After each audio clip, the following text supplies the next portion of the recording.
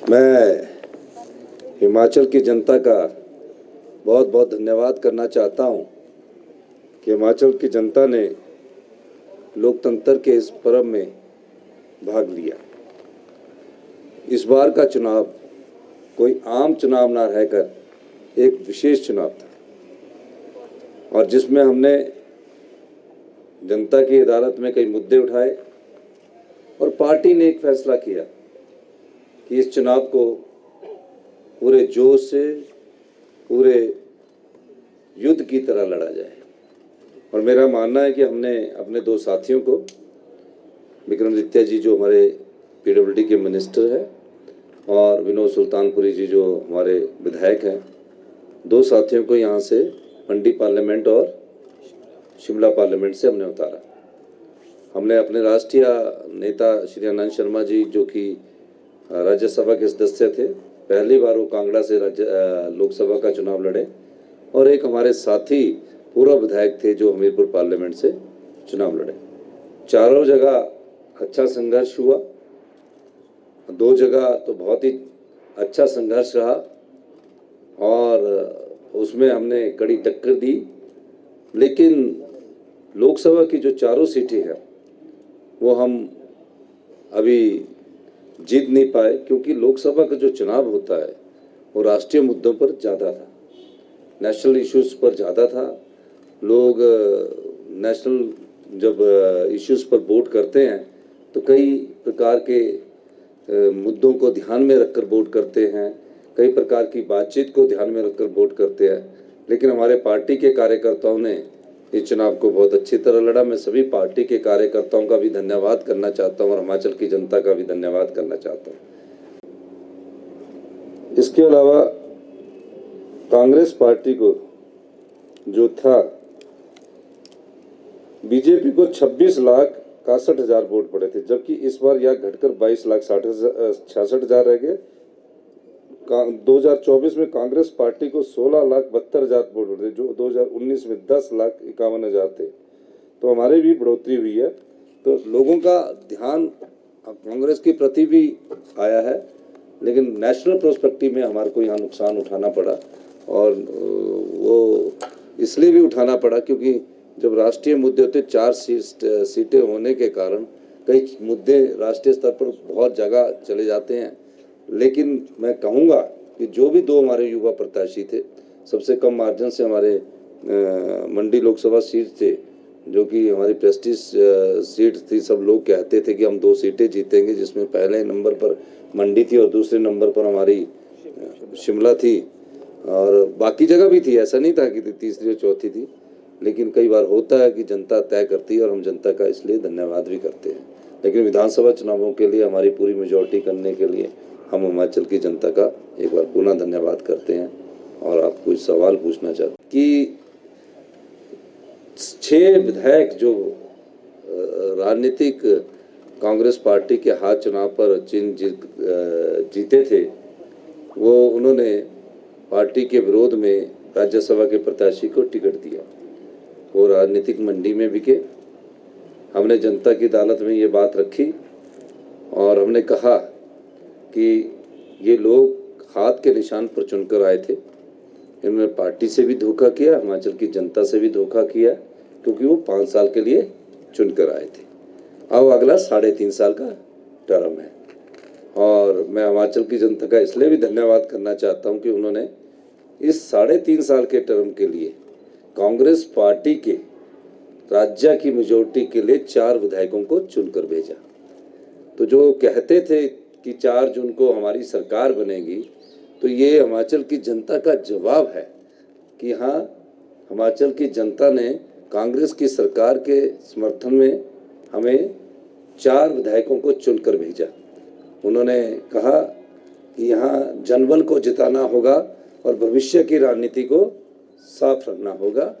तो 4 चुनकर आए हैं, 80% के करीब हम चुनकर आए हैं। तो निश्चित तौर पर मैं कह सकता हूं कि मैं उन्हीं चारों प्रत्याशियों को भी, जो भी जीते हैं, उन सब प्रत्याशियों को मुबारकबाद देता हूं, और जनता का, खासकर हिमाचल की जनता का धन्यवाद करता हूं कि जो भारतीय जनता पार्टी कहते थे कि 4 जून को हमारी सरकार बनेगी, तो वो उनका वो जो कथन था जनता की अदालत में, वो भी झूठा साबित हुआ है। अब हम 34 से बढ़कर 38 हो गए हैं। तो निश्चित तौर पर हम पहले से जानते थे, इसीलिए हमने अपने 2 विधायकों को जो मजबूत थे उनको हमने लोकसभा का चुनाव भी लड़ाया। विक्रमादित्य जी ने बहुत अच्छा चुनाव लड़ा, सुल्तान सबने अच्छा लड़ा। विक्रमादित्य जी ने, पार्टी ने इनसे अनुरोध किया कि आप चुनाव लड़िए और हमने फैसला किया। इनसे पूछा गया, ये वैसे लड़ना नहीं चाहते थे पर मैंने इनसे अनुरोध किया क्योंकि ये लड़ाई हमारी लोकसभा से ज़्यादा हम विधानसभा के चुनाव की तरफ ज़्यादा इंगित थे कि हम अगर लोकसभा कमज़ोर छोड़ देंगे तो हमारे को विधानसभा में दिक्कत आ सकती है, लेकिन ऐसा हम करना नहीं चाहते थे, इसलिए हमने पूरे युद्ध को लड़ा। ठीक है, इस चुनाव में लोकसभा में हमें तकरीबन पिछले चुनाव से 2019 के चुनाव से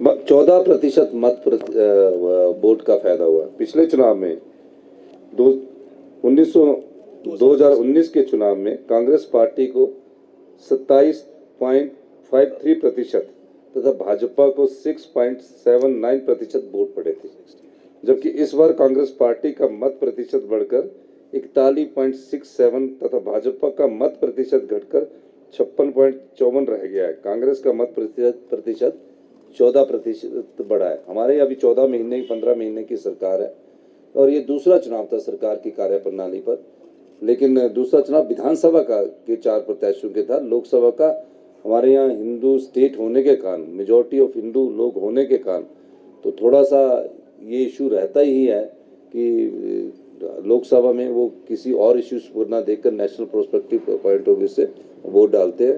तो नेशनल इश्यूज पर यहाँ केंद्र में इन्होंने हमारे लोकसभा की सीटों में भारतीय जनता पार्टी को जिताया और विधानसभा की सीटों में राज्य सरकार की कार्यप्रणाली पर उन्होंने राज्य सरकार को जिताया। हारने का कारण फिर भी इस पे हार हुई, क्योंकि ये पहले कहा जा रहा था कि ये पक्की सीट अगर कोई है तो शिमला है।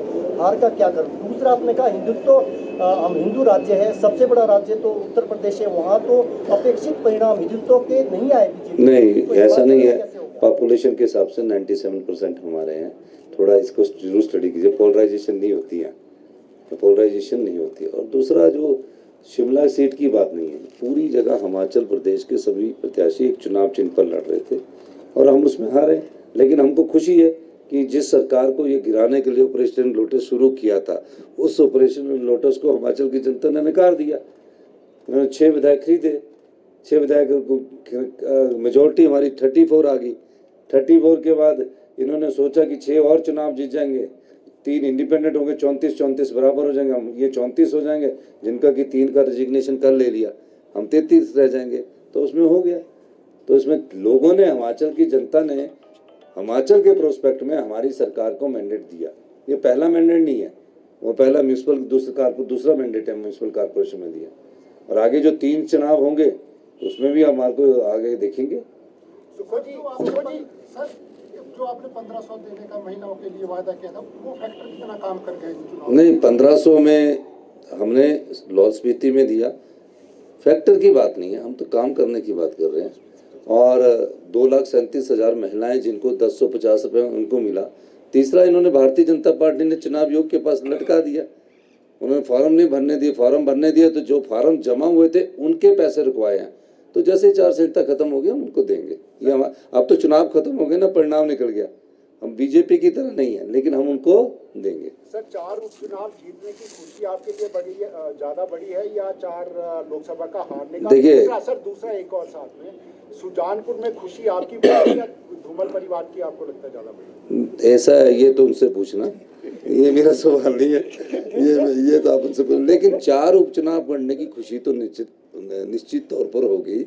हम 34 से 38 हो गए, जिस ऑपरेशन को इन्होंने सफल करने की कोशिश की। पर दुख इस बात का भी है कि हमने 4 लोकसभा भी हारे हैं, उन कमियों को देखेंगे। क्या आप मानते हैं कंट्री को एक मैसेज गया है?